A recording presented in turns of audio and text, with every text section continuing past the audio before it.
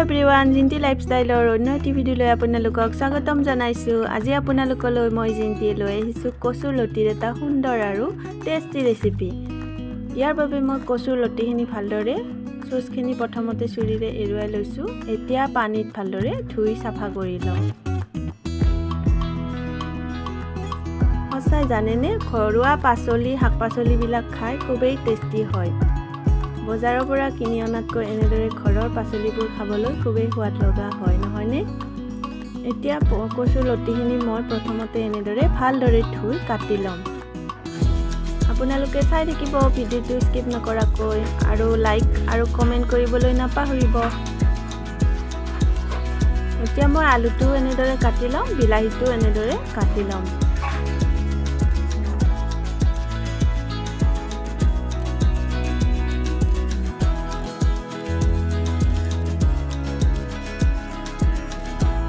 আৰু কচুৰ লতিৰ লগত মই আজি দিম শুকান মাছ।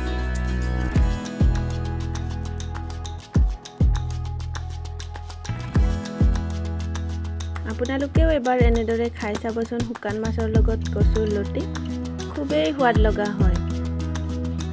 আৰু চাই থাকক মই কেনেদৰেনো কচুৰ লতিখিনি বনাওঁ।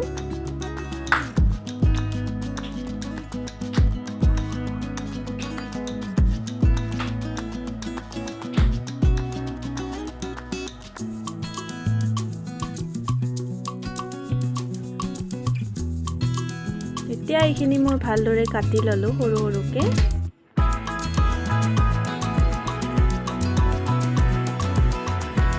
এতিয়া এয়া শুকান মাছখিনি মই অলপ টাইমৰ কাৰণে পানীত তিয়াই ৰাখিছোঁ, আৰু পিঁয়াজ আদা ৰহুনৰ পেষ্ট অলপ কৰি ল'লোঁ। এতিয়া কেৰাহীখনত তেল গৰম হোৱাৰ লগে লগে মই পিঁয়াজখিনি দি ল'লোঁ কাটি লোৱা, লগতে আদা ৰহুনৰ পিঁয়াজ পেষ্টখিনিও দি দিছোঁ ইয়াতে।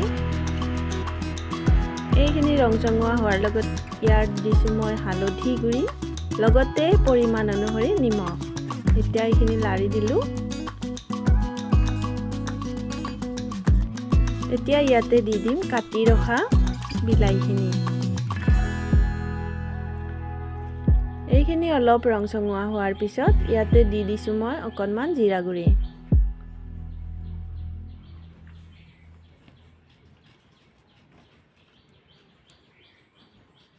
বিলাহীখিনি ভালদৰে ভজা হোৱাৰ পিছত ইয়াতে মই কাটি ৰখা কচুৰ লতিখিনি দি দিলোঁ,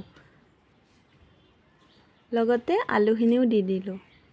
এতিয়া ভালদৰে লাৰি দিম আৰু গেছৰ ফ্লেমটো একেবাৰে কমাই দিম।